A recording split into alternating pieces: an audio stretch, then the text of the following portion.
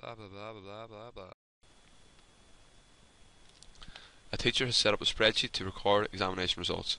Part of the spreadsheet is shown below. So you can see at the start we've got the pass mark is 50. We've got the students' names down this side. We've got their score in maths. We've got whether they've passed or failed maths. We've got their score in science. We've got whether they've passed or failed science. We've got their score in English, and we've got whether they pass or failed English. We've got a row for subject total, and we've got a row for subject average, which have not been worked out yet. State the data in cell B1. So if you look at cell B1, you can see the data held in that cell is 50. So the only thing you would write inside this box would be 50. You don't need to mention what it means. You just need to state exactly what the data is.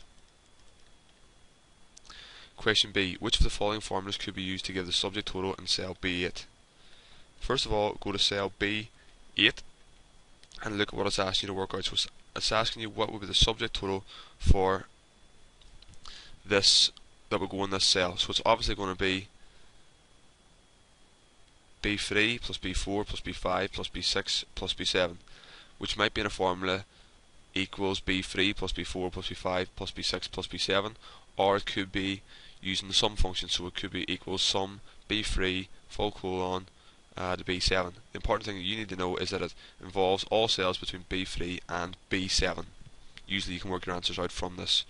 So if we go, straight away we can rule out answer A because it involves B1 and B2, which we know we do not need. Answer B is B3 plus B4 plus B5 plus B6, but it leaves out B7, which we know from this one that we need, so it cannot be answer B. Question C is a sum of B3 to B7. Yes, that would give us the subject total in cell B8, which would be accurate because it includes all cells from B3 to B7. And answer D is sum of B2 to B7. So this is obviously going to be wrong because it includes B2, which is the title maths, which you would not need. So the answer is C, which is the sum of B3 to B7. Question C. The cell C3 contains a formula if B3 is greater than or equal to the value of B1. Give it a pass, otherwise give it a fail. So if we go straight away and look at B3 and look at B1, so it's telling us if B3, so it's if this value is greater than, this formula would be held in this cell, it would be held in C3.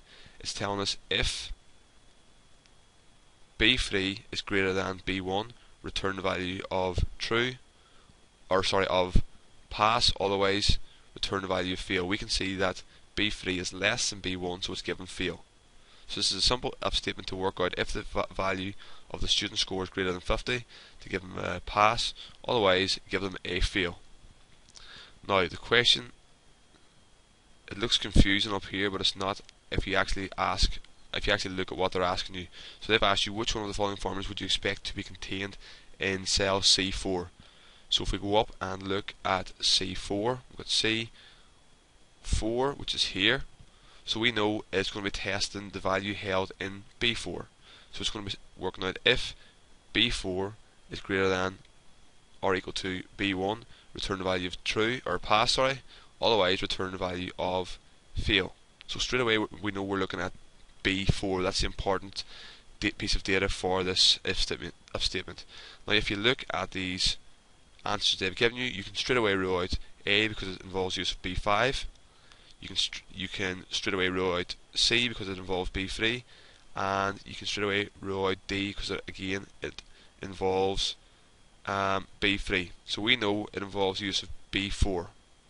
Okay, so all you really need to get this mark, although it looks complicated, is to know how it's working it out and to be able to tell that it's going to, the value in C4 here is going to be determined by the value in B4. So it's simple cell referencing really, but they'll try to make it look a little more complicated than what it actually is. So the answer for this one would be B. Now part D, tick the correct box to show whether the following statements are true or false. Statements down this side, we have to just tick the box to say whether they are true or false. So data in spreadsheets are always correct. This is obviously false because humans can make errors when typing in data to spreadsheets. the formulas might always be accurate. The formulas, the way the calculations that it produces might always be accurate, but the data in it will not always be accurate because human users can make errors. Spreadsheets automatically recalculate.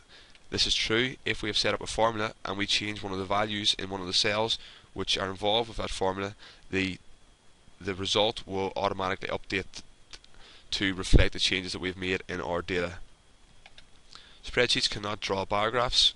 We know this is false. You used your spreadsheets to create a graph on numerous occasions. You know that spreadsheets can create graphs, so we know that this one is true. Sorry, we know that, read the question very carefully. Spreadsheets cannot draw bar graphs.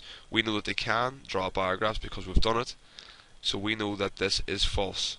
Spreadsheets can draw bar graphs, so yeah, that's false. And the bottom one, you can lock some cells in a spreadsheet to prevent a user changing its contents. This is true. We can lock cells in a spreadsheet to prevent a user changing its contents. If we look at the example that they've given us, the only data that the user might need to change is the scores. So we could, and possibly the name, so we could potentially lock down the pass mark, the value held in here, and all these top titles. We could lock those down if we wanted to.